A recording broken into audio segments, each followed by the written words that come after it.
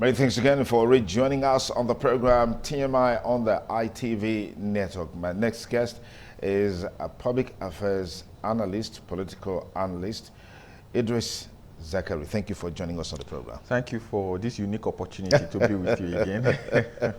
Okay, are you in any way bothered by the seeming challenge in our polity that 2027 election or the 2027 alignment and realignment seems to be dominating discussions more at the detriment of governance and development?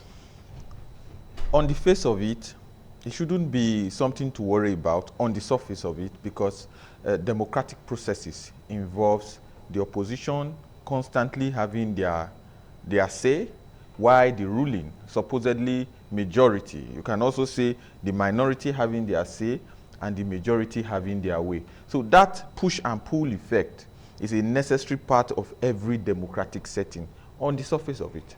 But ours is a little bit unique because we live in a country in West Africa called Nigeria.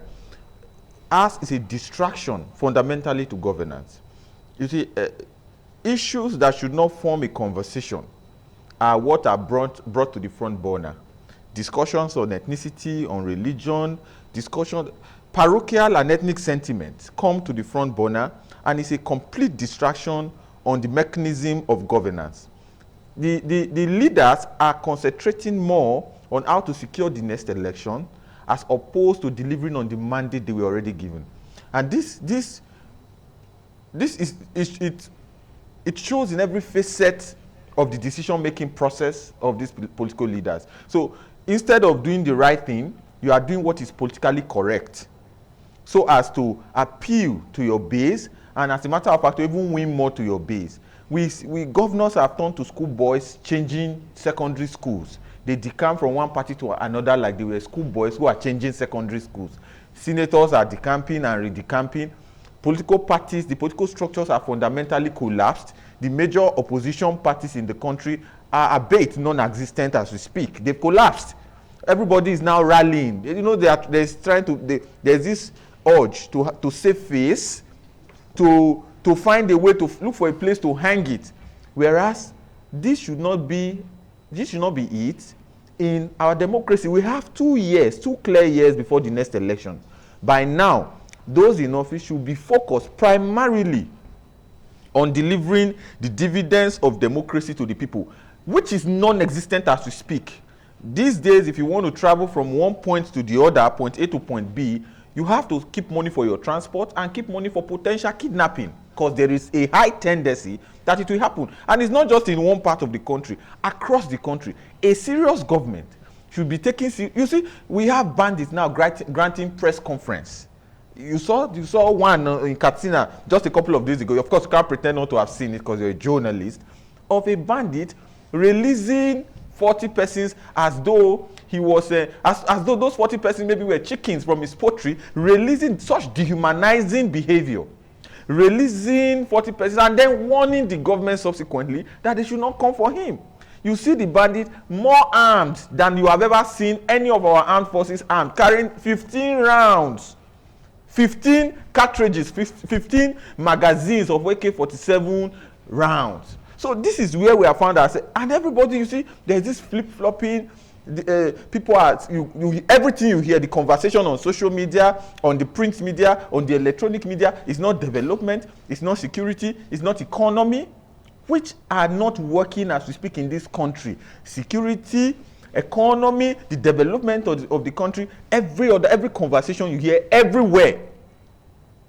It used to be only electronic media, because here we have these conversations. But now it is now print media. It's now social media. Nobody talks about the road in front of their house. Nobody talks about the school where there are no teachers. Nobody talks about the hospital. Go to the major hospital here now. We have more sick people than hospitals. We have more sick people than beds. So when you come, if your sickness is not that serious, you are going to wait. They will attend to the one who is already serious till yours gets serious.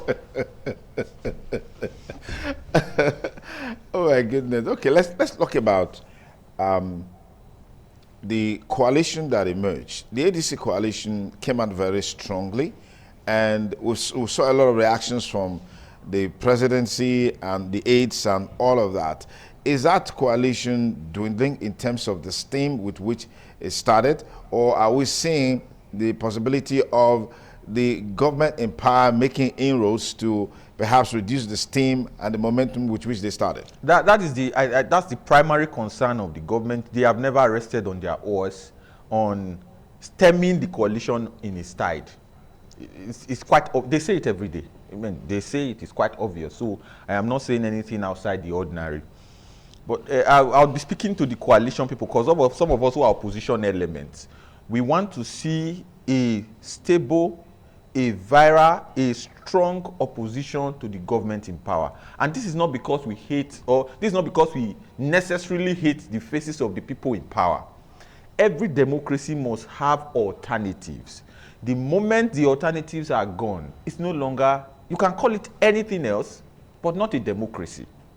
So when we have a party that is behaving that as though it had already won the next election, even when it has not been conducted, and you see the by-elections conducted across the country, it's a one-way traffic. Sometimes you don't bother. These local government elections that used to be one-way traffic before, because the governors refused to have the fear of God. Now, even senatorial election, House of Representative election, they are now one-way traffic. All of the by-election. You should be worried. Everybody should be worried. It now seems that as though our independent electoral commission, our election conducting body, is now an appendage of, or an extension, if you like, of the government in power. For the opposition, there must be sincerity of purpose. We have gotten to that stage where you cannot deceive, like Bob Nestor Marley said, you can fool some people some of the time, but you cannot fool all the people all of the time. So it is not, we have gotten past that stage where you will just ban the people, you just deceive them, cajole them and say, oh, let's do opposition, whereas the final intent of that opposition is already decided. So you cow us into it, and then we wake up one day, you've already taken the structure. You must allow the structure, put it out, let the Nigerian people own the opposition. But beyond the organized opposition, there is another opposition that you and I have not been paying keen attention to. I want to draw your attention to. There is the opposition of the people. There is the opposition of the ruling and the ruled. There is the opposition of the eating class and the hungry class. There is the opposition of the rich and the poor. There is the opposition of the oppressed and the oppressors. And if, as at today, by January, we are going to be paying a little more taxes than we used to pay before, they do argue that it's a little less, but it flies in the face of it. Because if you look at it fundamentally, it's a little bit more. They use the least number to calculate to deceive those who are earning a little above the least. Now, a government that has done absolutely nothing for you. I always use myself as an example because I like to give practical example.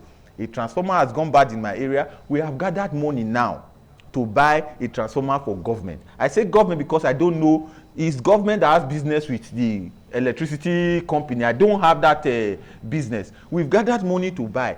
The road in my area is not passable. We are the ones who fill it year in, year out. We are the ones who provide our own security. You know, you hire vigilante and then you pay them a monthly salary to secure your area, even when your area is beside a police station. So vigilante are protecting you and the police. It's not a joking matter. I don't like to laugh. It's not a joking matter. So you are the one doing all that for yourself. We are not talking about food. Now, if you want to go quicker, if you want to meet your creators quicker, go to a government hospital. You have to now go to private. More or less, you are providing your own healthcare. Beyond that, if you cannot even afford to go to a private, people have now gone back to self-medication. And worse still, people are going back to the ways of our ancestors, cooking herbs to drink without dosage and without measurement. This is where we are today.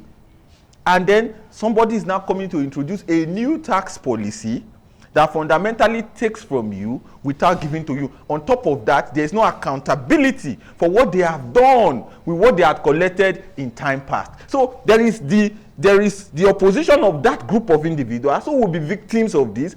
The taxpayers, starting January, and the tax collectors. And a time will come when the taxpayers decide that it is enough, when the taxpayers decide that it is sufficient, they've had it up to here, they will decide, and it will be then easy to leverage on that discontent, and address those who are the tax collectors. Until then, the job of us, and maybe you are somewhere in the middle, you are balanced. Journalists are in between the people and the left. The job of some of us is to continually speak and educate those who need to hear. Our job is the job of John the Baptist.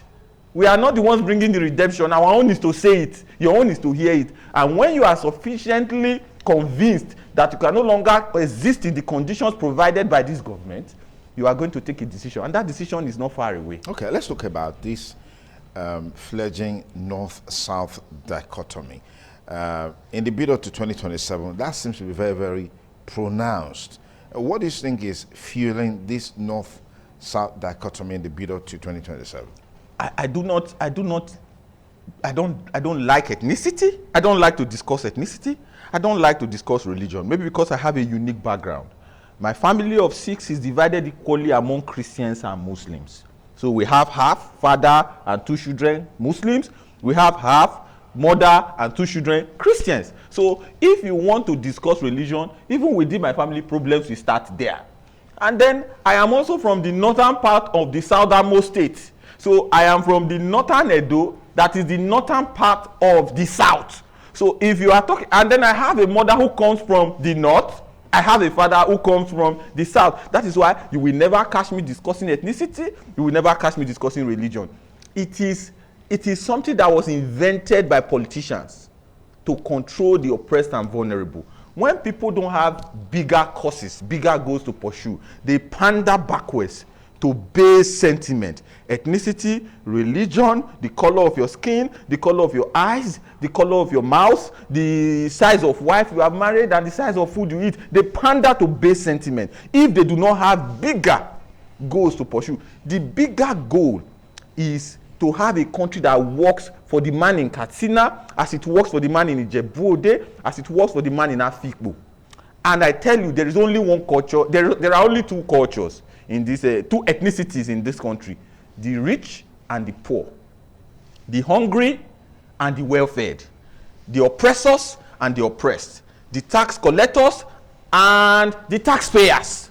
If you align yourself with, if you look at it from this prism, you will quickly know where you belong. You will know that it's not about Igbo, Yoruba, or Hausa. You will quickly know that now pay I bill, I no be collector, because it's easy. You will see it in your pocket. It's self-evident. If you look at your pocket and you look at your salary and you see what they are taking out of it, you will know, oh, I am one of those who is paying and they are collecting. But also beyond that, in Benin, they do not sell bag of rice cheaper in Benin than they sell in Katsina.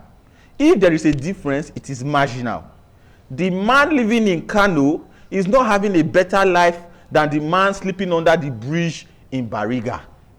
The man living in somewhere in Afikpo, somewhere in Uyo, one of the fringe towns in Uyo, is not having the best of life compared to the man living in Mubi in Adamawa State. So you see, it is not ethnicity, it is not religion, and it is the citizens. We need to have this kind of conversation to remind ourselves that the man who comes from this other part of the country is not my enemy. The circumstances are the same. Our family use the same market, use the same hospital, use the same schools. The only man that we should be concerned about is the man who has half of his family, only him is Nigerian. The remaining part of his family are US citizens or Canadian citizens. Only him is Nigerian, occupy government position, taking government salary. But he does not treat himself in Nigeria. If he has ear infection, he will not go to UBTH. You and I will go to UBTH. He will go to an hospital in London where they pay 1,000 or 3,000 pounds a night. The salary you earn in a year, they use it to check his ear in a day. That is where you should focus on. And once you take your eyes away from ethnicity, religion, and all those other base sentiments, you can see clearly that this is between the oppressors and the oppressed. The River State issue, would you say the matter has been resolved sincerely and succinctly? I mean, with the return of Similana Ifubara, and they were hearing that the State Assembly, they are planning to probe the sole administrator, who is saying they don't have the powers to do that? You know, I for one, I didn't have any sympathy for Fubara because he ate with the devil, but he forgot the fundamentals of eating with the devil, which is that if you want to eat with the devil, your spoon must be sufficiently long enough. So he used a short spoon, and then you are on the table, you are using a short spoon to eat with the devil. Yeah, it's not my business to teach you basic philosophy. They taught us that in secondary school, that when you want to eat with the devil, you use a long spoon. So I did not have any sympathy for him. And in a case, let them fight. And you know, they say the Lord will fight for you and you will hold your peace. So let them fight. Siminala Efubara and his godfather on one hand, State Assembly now, he bought Eket Ibas, the sole administrator, on the other hand. If they don't fight like this, how are we going to know how well they are? If these people unite, don't you think we, the citizens, are in danger of not knowing what is going on?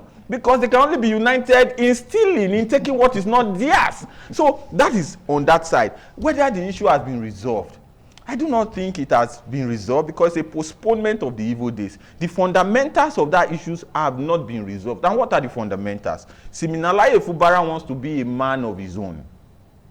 Those who put him in office are telling him that you are a product of our political system, and as such, you must answer to this political system. And he sees Siminalayi Efubara has not realized what it means to be a governor. There are many governors like that across the country. One is still the one in our state here. I don't want to say it now before you will stop me. People are in offices and they don't even know the power or the responsibility that comes with that office. After God is government, and the governor of a state is the head of the government of that state. So that means everybody in that state is your follower, or is your subject, quote and unquote. So you should be able to assert yourself in such a way that it benefits the people, you do the greatest good for the majority of the people. But when you have come from a system that you need to use a long spoon and use a short spoon, the crisis you are seeing today is the only logical outcome. My pain is for the Rivers people, who in a term of 4 years, they've been thrown up and down, they've been taken to highs and lows, and they've taken 6 months out of it to have one man be the state assembly, be the governor, you know, control everything, and now you want to probe. You are not the one who voted the man. You are not the one who appointed the man. You want to probe him. If anybody should probe Ibas, it should be the man in Abuja who appointed him, which is the president. Okay. Let's conclude with the state of affairs in Edo State, particularly as it relates to insecurity. I heard yesterday there was an incident somewhere around Igu, and in recent time we've seen an upsurge in kidnappings in different parts of the state. What's your take on the level of response? We've also seen government mobilizing, engaging people just to ensure that some of these issues are dealt with. But, you know, respond to this issue that I raised. The state of Edo, we are having. I want to measure my words. In fact, I will not measure my words. You will measure it. I will not measure it, but I will not be offensive. You will measure it. The state is behaving like a headless chicken. Have you seen a chicken before that is having there's this disease they have that you see the chicken turning like they are having a spiritual awakening? That is where we are now. And it's fundamentally down to the man who is in office as governor. And this is not a critique on his person. I say it, I have said it before, and I will say it again. It is my honest opinion that he is a fantastic gentleman who has the best of intentions. But I have also learned that intentions are not sufficient to deliver the goods in government. You must have quality people talking to you, who you surround yourself with. Look around you, see that your circle, you are the average of the 5 closest people to you. And the 5 closest people to the leadership of this state are only interested in sycophancy, in praise singing to the high heavens, without putting their mind, according to Obayabo, putting themselves to the grindstone to address the issues that fundamentally disturb us. The incident you refer to, they are now using AK-47 to rob in the middle of Benin. Non-state actors are now holding AK-47 in the middle of our city. They are now collecting, allegedly, kidnap ransom in the middle of our city. Did you not also hear that? Now our state bosses, they are now putting mobile policemen to escort. In 16 passengers, you put one policeman armed to escort a bus going from Benin to Afuze, from Benin to Auchi, from Benin to Ekpoma.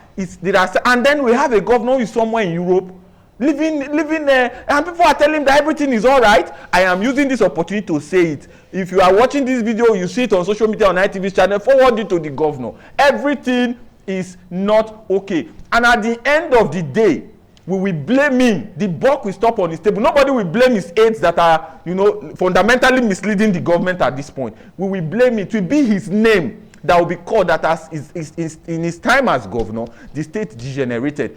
You can't drive through Benin when it rains. After 9 months, I expected that palliative action should have been done. I know that the government before this one was also equally as calamitous. But after 9 months, I expect that palliative work, I expect structural security. We should be worried. Why are we supposed to be worried? There is a security structure of non-state actors now who will look at you, deem you fit to be a cultist or whatever they decide you are, and then go ahead to demolish the house. Now, there's no problem with cracking down on crime. I am fully in support of it, but we are throwing a stone to the future. We are postponing the evil day, which is that you have turned yourself to the judge, to the arresting authorities, and to the executioner. There is no court that has pronounced anybody. Then you just go and demolish the house. Our people in diaspora that have houses in Benin, how do you expect them to police every single individual that lives in their houses in Benin? The worst, the most notorious armed robber of all time, Anini, lived in a house. Till today, the house he lived, where he was arrested many years ago, even before some of us were born, is still standing. Remove the cancer and leave the human being. Don't say because there is a cancer in this human being, you ride him roughshod. Completely, I am worried. I am deeply worried because I want this government to succeed for several reasons. In this state, we are minority. And the only thing we have to negotiate with is our performance in office. If we do not perform well in office, very soon you'll be reminded of where you come from. And we don't want that. So we want him to succeed. I want him to succeed. We are praying for him. But we must also focus on telling him the fundamentals that are missing in his government. After 9 months, we are struggling to complete commissioners. Everywhere you go is praise singing. Edo is the butt of joke across all the stratas of society. I do not expect the governor to be omni-knoweth, to know it all. But I expect him to surround himself, and he has them. He has I know some of them. He has extremely intelligent people in his government. But the smartest people in his government have been relegated to the background. The ones that are in the forefront are those who are saying they must give 2.5 million votes to Asiwaju in 2027. Even when they themselves, the election that brought them into power, did not have 20% of what they are promising to the big man in Abuja. That tells you the way the mind of these guys work, and the governor must be wary of them. I want to reiterate that we want the governor to succeed. We love him. We care about him. He should go back and look within his cabinet and bring those who have the heart to lead, to transform this state fundamentally forward. We don't know the governor's spokesman. What we have are people on social media making statements. A guy will come on social media and say, I am speaking for the governor, and say something completely off point. I don't want to even honor some of them by naming names here. Otherwise, we are not scared of naming names. There's nobody who is special here. This is our state. And then their own is to intimidate opposition. How do you start like that? How do you create enemies where none exist? So that you have something. The idea is, these guys enjoy crisis. The idea is to constantly manufacture new crises so that the governor is distracted, focused on fighting his enemies, not knowing that he's not doing what we have elected him to do. So this is a reminder to the governor that you have a mandate. That mandate has been secured by the Supreme Court. Go ahead and deliver on the goods. Okay. If you just join us, it's TMI on the ITV network. And today on the program, our focus is to look at some of the issues that are at the front burner in the society and find a way to advise those in authorities to take action, deal with this issue so we can have a better society. We're just reflecting on the World Peace Day some few minutes back, and I said emphatically that it's our collective responsibility to engender peace so we can have development. Now, you mentioned a while ago about a bandit warning government not to come for him again. Yes. He organized a press conference after releasing some of his captives and all of that. But this has become the order of the day across the country. What is your take on the community responsibility in terms of dealing with this issue? Because insecurity is local, governance is local too. They use those high-sounding, they make it about you. They say, oh, community is you. You live there. You should be the one to tell us the criminals. The government know the criminals everywhere. The way that man was dressed and the kind of arms and ammunition he and his people were carrying, it is not a community matter. It is high intelligence. DSS should leave people on social media abusing the president. For God's sake, leave Shawore alone abusing the president. If you have elected to lead in a democratic society, you will be abused. As I am talking here now, there are people, you have put yourself out there. People must abuse you. There are people who will disagree with me and say things I don't like. I'm not even elected. So leave all this distraction and focus on the core of the issue. A criminal, armed, calls a press conference. This is not a social media, I use my phone to record myself. You call a press conference, they give you microphone, you address elder, you say you've released, and nobody should come for you in this country. So the way government cracks down on crime in the south, it seems they use kid gloves in the north. And I don't like to say this because I want crime to be cracked down on everywhere. But you cannot be doing it so aggressively. Oil theft is a fundamental crime. If you are caught, you're going for it. There's JTF, there's Navy, there's police, there's SBS. But in the north, people are mining gold and taking it out of the country. A senator said it, that people mine gold and take the gold out of the country. I can tell you there is more money being made in gold as we speak, almost equivalent to what we make in oil. Why are you not covering all of these loopholes? Then in January 1st, you are coming to tax me, the ordinary citizen. Like I say, our job is that of John the Baptist. Ours is to educate. Okay. Nigerians in 2027, it's a simple question. Will you vote or will you not vote? It's a simple question. There are 240 million of us living in this country. Only 24 million, 10% elected, combined, all the vote of all the political parties combined in the last election was only 10% of the population. So where's the other 90%? Those are the ones that say it's not my business. I'm too sophisticated. They wear very fine, so they sit in their house. They watch it on the day. They are fantastic analysts. They tell you, oh, I don't think this guy can win. They won't give him. They won't give him. Yeah. Then we have this lake. We know I can't stay under the sun. My skin is too bright. By the time you pay tax next year, you will know that your skin, it will be a little bit more faded. All so right. You will take government seriously. Thank you very much, Idris Zekeri. Thank you. It's always a delight to have you here.